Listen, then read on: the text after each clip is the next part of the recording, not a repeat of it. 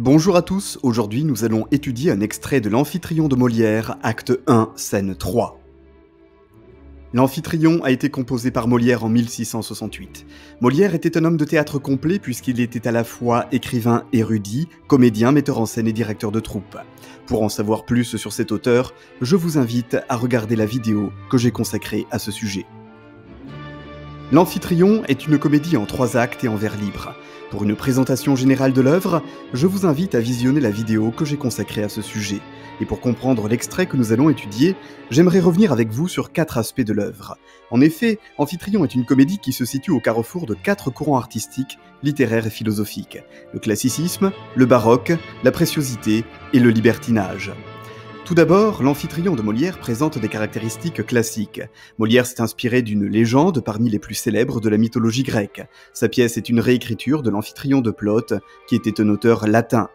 Par ailleurs, sa pièce est écrite en vers. De plus, elle respecte la règle des 3 unités, unité de temps, unité d'action et unité de lieu. Enfin, les règles de bienséance sont respectées, puisqu'on ne voit aucune scène pouvant choquer le public. Toutefois, le dramaturge se permet quelques libertés par rapport aux règles traditionnelles du classicisme.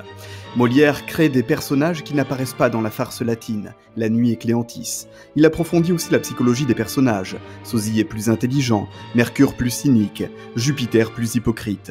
Ensuite, le vers utilisé n'est pas toujours le même. L'auteur emploie librement l'alexandrin, le décasyllabe, l'octosyllabe ou l'heptamètre. De plus, l'unité de temps est assez floue. L'action se passe la nuit et le jour qui suit, mais l'ensemble n'est pas strictement chronométré. En outre, l'action ne se passe pas toujours dans la maison d'Alcmène et d'Amphitryon, puisque la rencontre entre Sosie et Mercure se fait à l'extérieur de la maison, et Sosie avertit Amphitryon de l'imposture sur le port. Enfin, l'unité d'action doit être nuancée, puisque l'imposture est dédoublée. Ainsi, Amphitryon fait penser aussi à une œuvre baroque. Une œuvre baroque se caractérise par la mise en scène de l'instabilité, le goût du spectaculaire et la mise en abîme. Or, toute la pièce repose sur l'instabilité, puisque les personnages se métamorphosent et se dédoublent. Jupiter devient le double d'Amphitryon, Mercure le double de Sosie, et Cléantis le double d'Alcmène. Ensuite, l'apparition des dieux dans le prologue et le dénouement est spectaculaire et rendue possible grâce à l'utilisation de la pièce à machine. Enfin, en dédoublant l'intrigue et les personnages, et en mettant en scène l'imposture de Jupiter, Molière développe ce que l'on appelle la mise en abîme, c'est-à-dire du théâtre dans le théâtre. Molière exploite également les ressources de la préciosité, nous allons le voir dans ce passage. Jupiter, pour séduire Alcmène, utilise le vocabulaire et la stratégie rhétorique de la préciosité.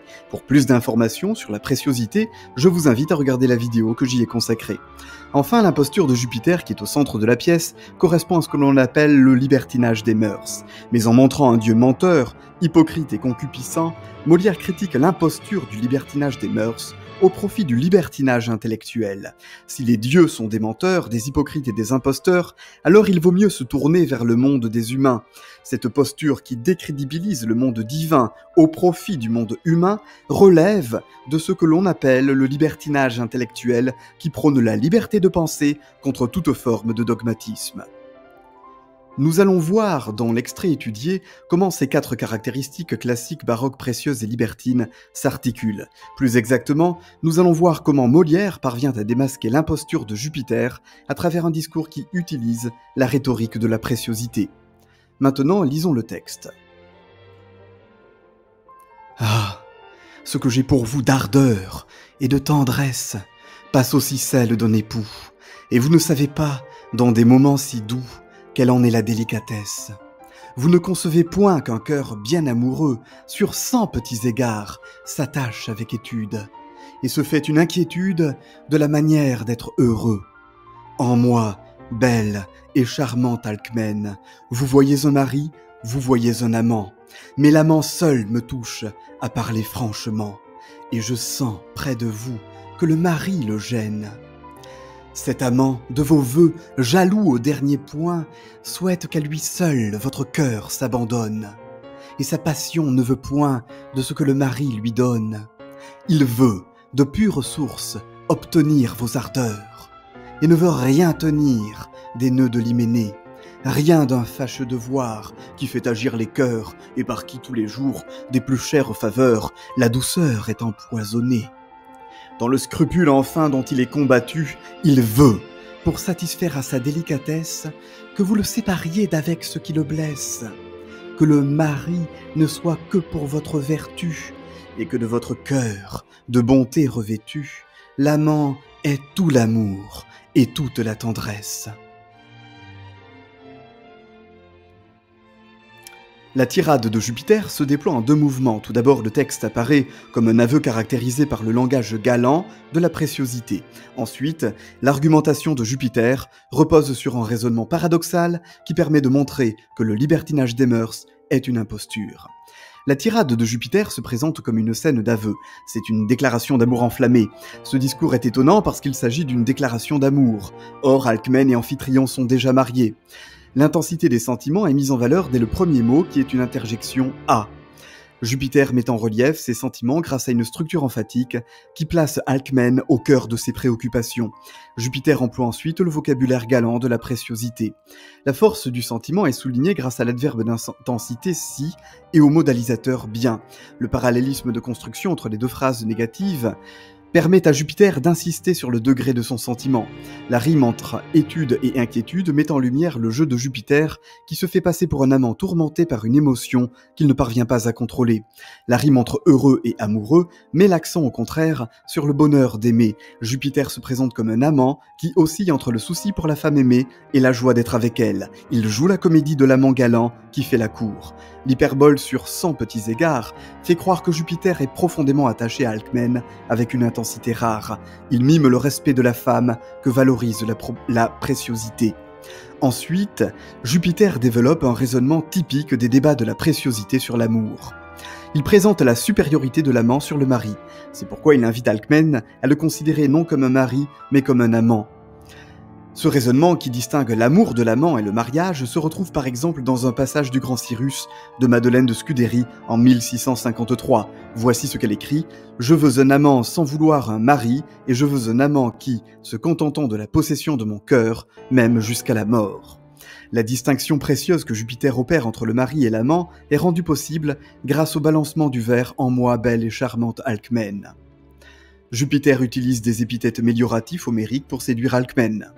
Le découplage ou le dédoublement d'Amphitryon en amant et mari est mis en évidence grâce au parallélisme anaphorique « Vous voyez un mari, vous voyez un amant ». Jupiter introduit une rupture entre les deux statuts de mari et d'amant grâce à la conjonction de coordination « mais ». Jupiter place la sensibilité et la sincérité du côté de l'amant, comme le prouve l'utilisation du pronom « me » des verbes « touche » et « je sens » et de l'adverbe « franchement ». Une hiérarchie s'opère entre l'amant et le mari au sujet de l'amour grâce à l'adjectif qualificatif « seul ». La rime entre amant et franchement permet à Jupiter de faire croire que la sincérité de l'amour n'existe que chez l'amant. L'imposture de Jupiter est telle qu'il mime la sincérité. Il joue aussi au psychologue, puisqu'il fait croire à Alcmène qu'il lit dans ses pensées. Jupiter fait croire à Alcmène que le mariage est un obstacle à l'amour. Une fois que Jupiter s'est dédoublé en quelque sorte en mari et amant, grâce à la rhétorique de la préciosité, la stratégie libertine peut se mettre en place.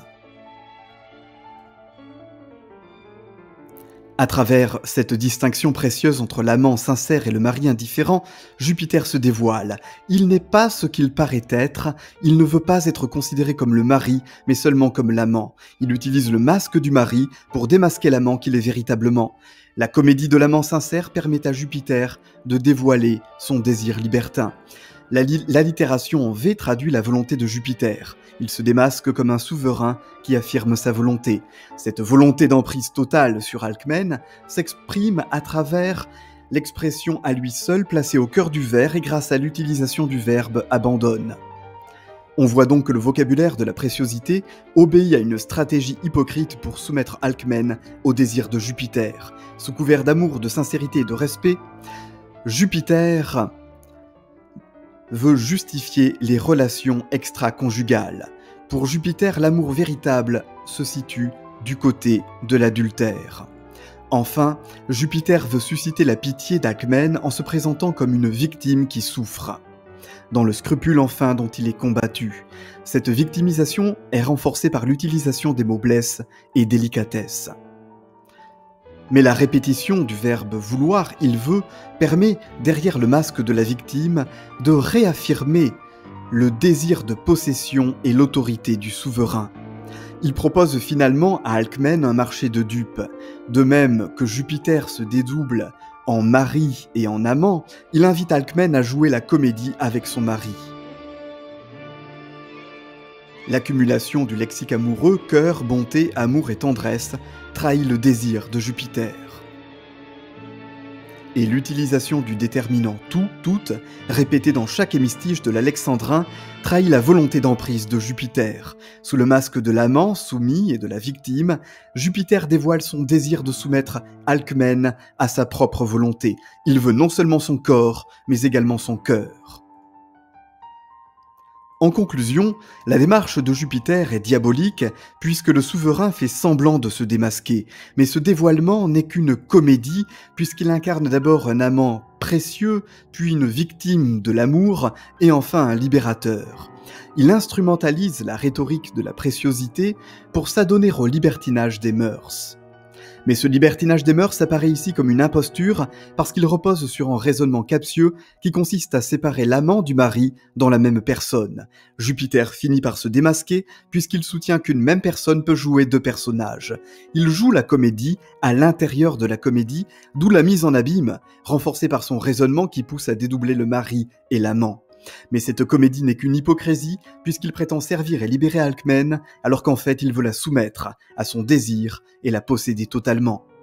On retrouve la même tactique usurpatrice et hypocrite dans le Tartuffe de Molière. Dans cette pièce, Tartuffe est un faux dévot qui utilise aussi le vocabulaire de la préciosité et le masque de la victime innocente pour séduire Elmire. On le voit ici, Jupiter est un nouveau Tartuffe.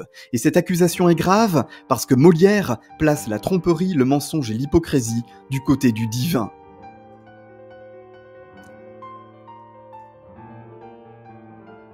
Avez-vous bien écouté ?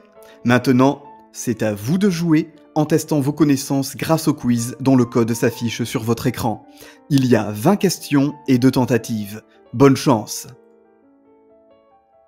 Quant à moi, je vous dis à bientôt pour de nouvelles vidéos et de nouvelles aventures. Ciao!